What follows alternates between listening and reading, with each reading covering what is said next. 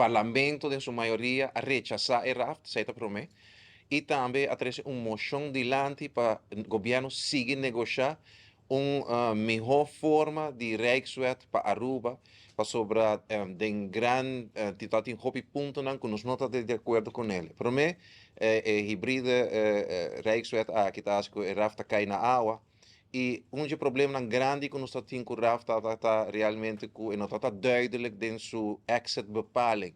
Sa kita algo que está muito importante seguro para nossa fração, coalição também, e tá algo que nós bota nos pia a bau ribaje. Tem que mencionar que seguro parlamento para hopi firme e a bota pressão riba governo para seguir na mesa para se por alcançar ponto nang novo.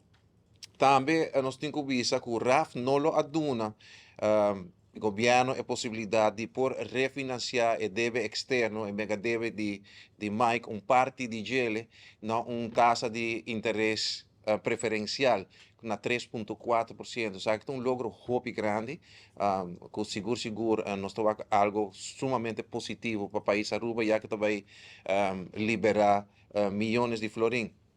RAF tampouco lo dá uma possibilidade para projeto ng PPP. Naturalmente, eu vou elaborar um tique mais ribesa aqui, pero me estou mencionando o rato que RAF não lo aduna nós.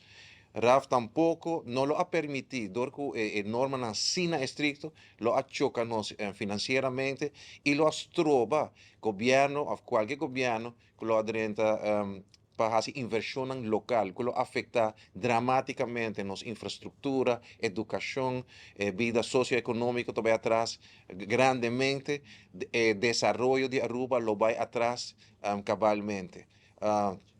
Pensei também, nossa fração está assim firmemente contra de RAFT. Então pensei, nós não podemos compreender com Marisol, com Mansur, membro do parlamento independiente, para assim firme atrás de algo assim negativo para o país Aruba.